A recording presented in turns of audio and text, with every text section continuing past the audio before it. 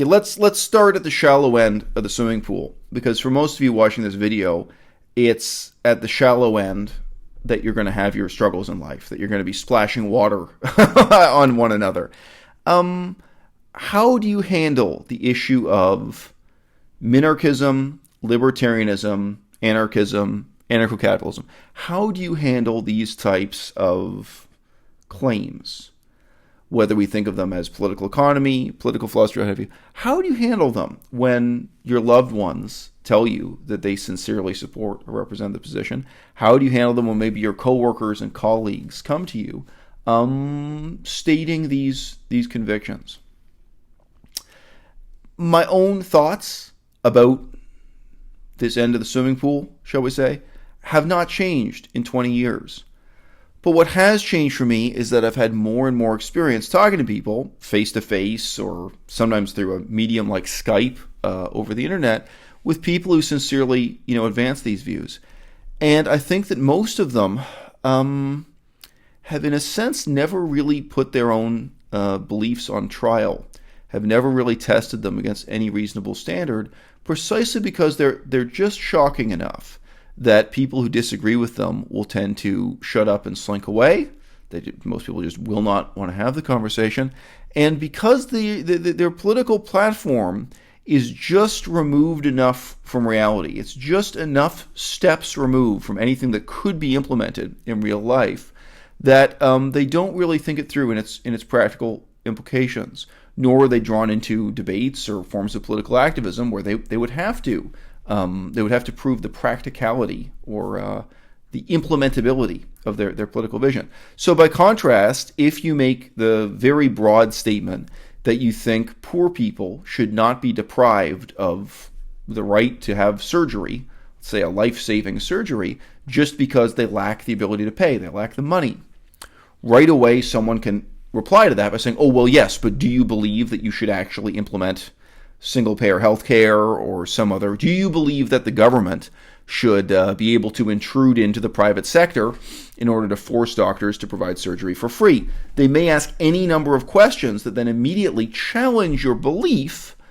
not in the question of is this or is this not a good belief in some isolated and abstract sense, but they're challenging you to take your belief and prove that it has some practical value if it were to be implemented in this real world as policy. So that's the type of thinking I think that anarchists and anarcho-capitalists really lack exercise in doing. And even the more respectable counterparts of those philosophies, libertarians and minarchists, they really tend to lack that kind of practical experience. So I'll start with an allegory, but it's an allegory that overlaps with the case I want to talk about here. There was a brief fad for anti-debt hysteria and anti-banking hysteria. And this was a little bit more left-wing, but certainly included a lot of libertarians. This happened back in the We Are the 99% movement, the Occupy Wall Street movement, and there was another movement that to some extent tried to co-opt that excitement, to some extent really was part of that movement, referred to as the Zeitgeist movement. So again, some libertarians were involved with that, some leftists, some kind of recovering socialists looking for a new hat to wear and this sort of thing. Definitely some anarchists too. So those movements had in common a deep hostility towards bank loans and debt. And I had a fairly long dialogue with a proponent of that view at the time. So someone who was really chuffed by the success, the short-term success of that movement, that they'd had these street protests that many people attended. And I said to him simply, I said, so the view you're presenting of the world is that it is an advantage not to have access to bank loans. You've just explained to me that you think it's a terrible thing, that it's a blight on humanity, that it's a form of enslavement for people to receive a loan, for people to go into debt. So you actually think it's disadvantageous for, middle-class people or working-class people to receive bank loans. So within the history of the United States of America, we have a very clear test case here. Under segregation, under racial segregation in the United States, after the end of slavery, but before maybe 1980, African American people did not have access to bank loans, credit cards, debt, home loans, etc., the same way that white people did. They didn't have absolutely zero access to banking. But this is an incredibly well-known, incredibly well-attested, fact. It's one of the reasons why it was very difficult for black people to become business owners and homeowners and so on in the post-World War II period. But even going back before that, let's go through the whole period of, so-called segregation. Slavery is over, but black people don't have equality yet in the United States in this long period of time. If you believe this theory, you should be able to point to that history and say what a tremendous advantage African Americans had because they did not have these loans. They did not have access to debt. Now that discussion in and of itself, I can say, was devastating for the other person I was debating. Now, what am I doing in that debate? This is not Socratic method. This is not even debating with them the merits of their belief or their political position. It's not questioning whether or not their beliefs or their values are good, because that's what they're used to. What anarchists are used to debating is whether or not their ideology, in a sort of packaged form, separated from reality and its consequences, if it were implemented, whether or not it is good in an abstract sense. So this is like, taking a tool out of the context of the workshop and placing it in a display case in a museum and saying, is this a good tool or not? Well, we might be able to judge whether or not it looks pretty when it's on display in a museum and an art gallery, but that's not really what I want to do. I want to take it back into the workshop and see what the outcomes are, see whether or not it can scratch and cut, whether or not it can do the job, shall we say, of cutting and polishing gemstones when we put it to the test. And it's remarkable to me that people who really deeply and passionately have these sorts of convictions, for example, the conviction that debt and banking is some kind of terrible blight on humanity, how quickly those deeply held beliefs fall apart when we just invite them to take a few footsteps down the road of proving the concept, just thinking through what are the necessary consequences if that were true and if that were taken seriously within the remit of mainstream politics. And of course, it is not. Now, in this same way, I had a debate or discussion not too long ago with an anarcho-capitalist, with a sincerely believing anarcho-capitalist via voice chat, similar to Skype.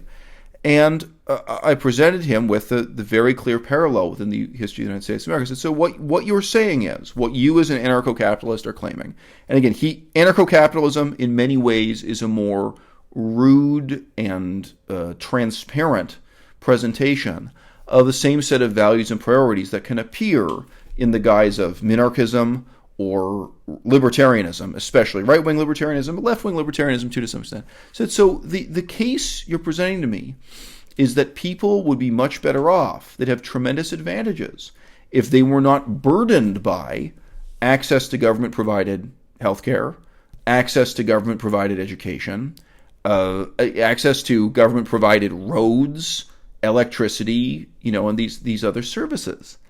And I said, so, and that basically the less of these things they have, the better off they would be. Not to mention, of course, taxes, which, the whole issue of taxation is fetishized to an unbelievable extent, these ideologies. So tell me, when you look at the history of the United States over the last 500 years, do you see evidence that indigenous Americans, Native Americans, American Indians, sorry, I'm just filling the blank. Some people watching these videos, English is not their first language. I mean groups like the Navajo, people who were, indigenous to North America before they were conquered by Europeans. People like the Navajo and the Mohawks, so on and so forth. Do you see that those people have had tremendous advantages or tremendous disadvantages when you compare their communities to the white European settler communities that are in some cases adjacent to them that had much better access to those same government services? Now, this is a case-by-case issue, but especially if you're talking about over 500 years, there are many, many cases where you can point to a native reservation and see that it was, from a left-wing perspective, from a mainstream left-wing perspective, the native reservation was in a state of neglect. You say it was not receiving government health care, it was not receiving electricity or running water in pipes or sewage and sewage treatment. We still have these problems in Canada still to this day, that they either were not receiving education at all or receiving very little education or only education provided by charitable groups like Christian missionaries, but not government education. And then step by step, again, if we're talking about the full 500 years, obviously within the last 30 years, there's been an effort to try to catch up and provide Indigenous peoples and their reservations, even with colleges. But for a very long time, these government services were either lacking or were really absent. You can find examples of tribal peoples who were really completely neglected with these government services. If you believe this as an anarcho-capitalist, if this is your doctrine, when we have two people living adjacent to one another, one of whom is being given these government services that you say are bad, and another group being deprived of them, we should see all the benefits that you're claiming. You're claiming our society would have these benefits in future if we lacked those government services. This should be proof positive for your ideology. So why do we see that, or why do we not see that? Now, the fellow I debated that with, that anarcho-capitalist, to be honest, I think he was just too stupid and too ornery to really take it on board. But he had no answer for this. He really could not deal with a simple real-world example like the history of Native people within his own country. It's very obvious when you just glance at this. You can look at adjacent communities. It's not the case that the privileged white people are being oppressed by being provided with sewage treatment, running water, drinking water, electricity, access to healthcare, schools, etc., whereas the Native Americans nearby are being liberated or have some advantage by being deprived of these things. That has just not been the case, and to some extent still today it's not the case. Today there's a general situation of trying to catch up, in some cases try to overcompensate by providing exactly the services that were lacking for so long on Indigenous reservations. So any of these ideologies, if we just draw them out into the workshop of ideas, away from the museum of ideas and into the workshop of ideas, very quickly they start to fall apart. With both, with libertarians and anarchists and these other flavors like minarchism in between, I have very rarely heard any intelligent response to simply questioning, how do you plan to deal with sewage treatment? Or indeed, even if you want to do it in a little bit more of an abstract way, dealing with the virtues of the question, in what sense is it immoral for government to get organized and deal with water pollution in the form of sewage treatment? Why is that immoral? Because many of them use these very extreme, bold statements that any kind of government intervention like this is theft and is a crime and is terribly oppressive. Well, people need to get organized and make sure that they're not poisoning themselves by having sewage dumped into the river and then end up drinking that same water further down the river. Among other problems is cholera. This is not the only health problem you're going to have through improper handling of sewage and improper management of your drinking water. So a central authority to organize and manage sewage and the sources of drinking water and to enforce standards for both. Obviously, this is going to be handled by a government, which all around the world, many, many governments do a very good job of, or it's going to be handled by another organization that will resemble the government in practically every sense. So if you lived in a society that didn't have government water quality assurance, drinking water, and sewage treatment, if you just imagine what are the necessary features of the agency that does this, well, it needs to have a centralized authority. It needs to collect a small amount of money from everyone who's benefiting from the service. So if it's not taxation, it's going to be a type of fee for drinking water and using the toilets, which will resemble taxation.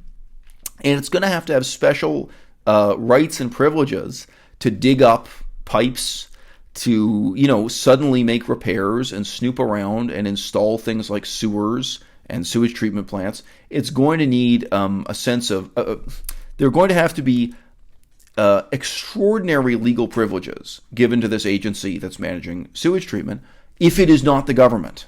So if you imagine a deeply Catholic society, if the Catholic Church took over sewage treatment and the provision of clean drinking water, the Catholic Church would, step by step, start to take on many of the characteristics of a government. And if it were not the Catholic Church, if it were a corporation, a huge corporation like Samsung in South Korea, well, Samsung would start to resemble a government precisely because they'd be involved in this type of operation and with collecting the funds to support it and so on and so forth. So even if it were privatized, we're not really escaping the same questions, whether they want to phrase them as justice and injustice or just questions of practical implementation. If you had two adjacent countries over a period of 100 years, and one of these countries was fastidiously adhering to a minarchist doctrine. So minarchism is basically anarchism light, or even libertarianism light. Minarchism is kind of the easiest, the most presentable of these ideologies. Minarchism is the idea that you should minimize the power and authority of the state, have government reduced to essential functions.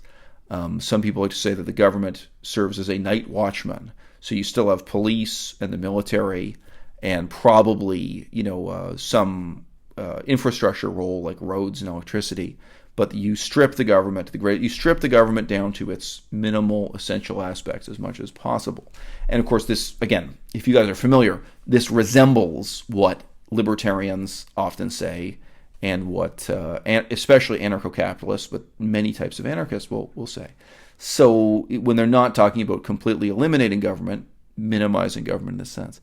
If we had a contrast between two adjacent countries where in one country, people lived with the sort of terrible neglect that indigenous people of America had, certainly for at least the first couple centuries of their history after they were forced onto native reservations. No access to health care, education, running water, electricity. If they had even the same kind of neglect that African Americans had when they were put into ghettos and when they were settled as sharecroppers after the abolition of slavery, but before they'd achieved real civil rights and equality. If you have one country where this wasn't the status of the oppressed minority, but was the way the whole country ran, this would be minarchism, this would be libertarianism or anarcho-capitalism, where they were just left to sort things out for themselves in this manner. And indeed, where they relied on for their source of education, Christian missionaries or other charitable agencies, due to the lack of government involvement in these things. And there next door, there was a country with the same kind of, shall we say, mainstream moderate democracy policies that you see in Denmark and Sweden. The government providing schools, hospitals, roads, electricity, infrastructure. The government pursuing excellence by building up an expansive and expensive welfare state. If you have the welfare state adjacent to a minarchist state or a libertarian state, over a period of 100 years, which society will perform better in all the ways that really matter? This may sound a little bit too hypothetical for you guys, but we've actually just lived through a long period of history when tremendously powerful political forces openly conspired, to make this sort of experiment happen. What do you think the arrangement was that created the contrast between East Germany and West Germany? It was a very open political arrangement between the Soviet Union and the United States, primarily. England and other countries were also involved. It was an arrangement in which both sides thought that they would prove the strength of their ideology by showing how much better they could rebuild Germany, what sort of new society they could create in the rubble and ashes of Germany after World War II.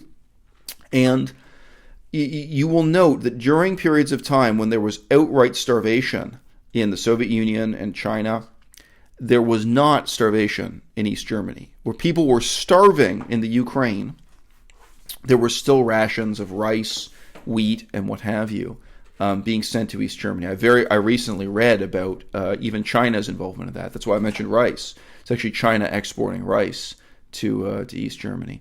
There was overall a sense that East Germany had to be the showpiece for the success of the communist system, the success of the socialist economy, the command economy, that they had to make, the quality of the apartments and the food and the life that people were enjoying in East Germany, they had to be able to show this to Western Europe and say, hey, see how much better life is in East Germany than West Germany. Now, I don't even have to insert a footnote here. From my perspective, life in East Germany was horrible. You can watch, there have been several actually very good movies made by people who grew up in East Germany about what life was like, documentaries and fiction films, talking about the subtle ways in which it was horrible. However, they had a budget. This was trying to show off how wonderful communism could be. And meanwhile, West Germany, that's the side of Germany you guys are more familiar with, was the capitalist paradise, and to some extent, Western powers were putting time and attention and money into rebuilding West Germany to be a bit of a showpiece for how good the Western European model, the democratic capitalist model, could be. And guess what? Both sides of the Cold War were delighted with this arrangement. They said, great, we have two countries adjacent to each other, proving their respective ideological systems, peacefully competing in showing who has a better ideology. So they decided to do it again. They decided they would do it again in the partition of North Korea versus South Korea. And that's a partition that still endures to this day. They decided they would do it again in the partition of Taiwan from mainland China. And in the earlier period of American involvement in Taiwan, one of the main forms of CIA involvement was actually improving the farming technology in Taiwan. They wanted to make sure that Taiwan had the best pineapple farms in Asia and this kind of thing. They wanted to show, because a lot of the communists cared a lot about farming and agriculture, they wanted to show that in Taiwan the farmers were prosperous and they had this marvelous quality of living and very productive, while people were, as it turns out, starving in communist China. But communist China and the Soviet Union, they were obsessed with having highly productive farms, and their results were, of course, tragic. But that's what they were trying to achieve. And it's hilarious to read. Well, I don't know. Depends on your sense of humor. It's hilarious or it's tragic to read the perspective of Richard Nixon when he's complaining that all he was trying to do in Vietnam was the same thing that they had already done in separating North Korea from South Korea. The ending to the war he was trying to arrange, at least in his early days, said, oh, well, why couldn't they just divide Vietnam into North Vietnam and South Vietnam, and then likewise act out this already familiar script of having two adjacent countries, two political systems. So this is actually a very overt part of political history in the 20th century and now the 21st century. The idea of, on an experimental basis, having the same ethnic group of people, the same language group of people, the same culture, divided into two halves with two ideological systems, two political systems, and see how it plays out. See who wins, have a sense of non-violent competition between political ideologies. So in this sort of scenario, I just say, whether you're talking it through with a libertarian, an anarchist, an anarcho-capitalist, or a minarchist, I don't think that anyone working this through in a pragmatic level could possibly believe that if you have a North Korea versus South Korea sort of contrast, that a poorly governed country is going to outperform a well-governed country. That's ultimately what we're talking about.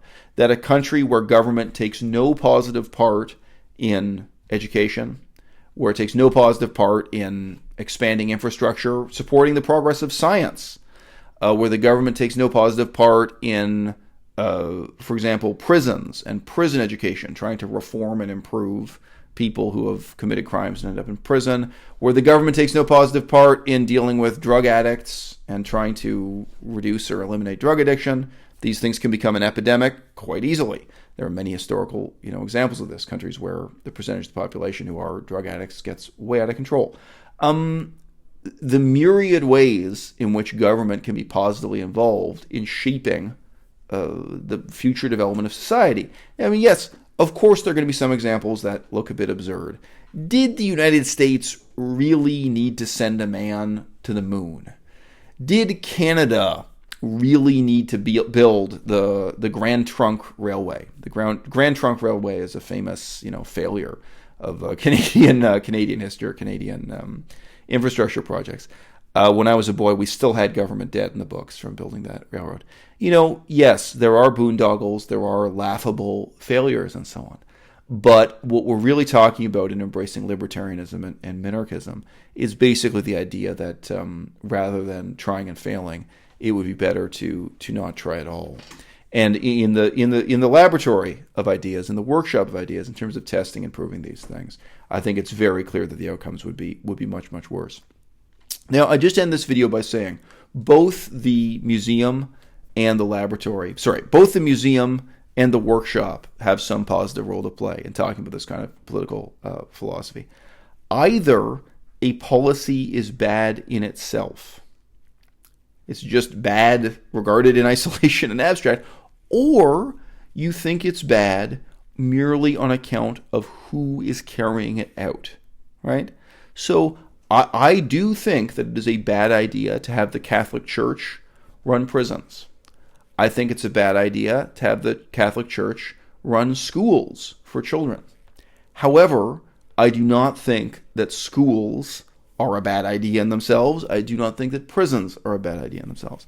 I understand that many people who are on the anarchist and libertarian end of the spectrum really sincerely have so much apprehension and hostility towards government that they regard the concept of government-administered schools as something as odious, as threatening, as I might regard a Catholic-run school.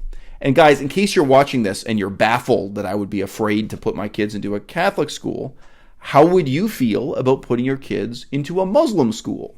How about a Muslim fundamentalist school? How about a school that's run by the Taliban? This really exists in Afghanistan and elsewhere. How about a school run by the Muslim Brotherhood or any other fundamentalist Muslim group?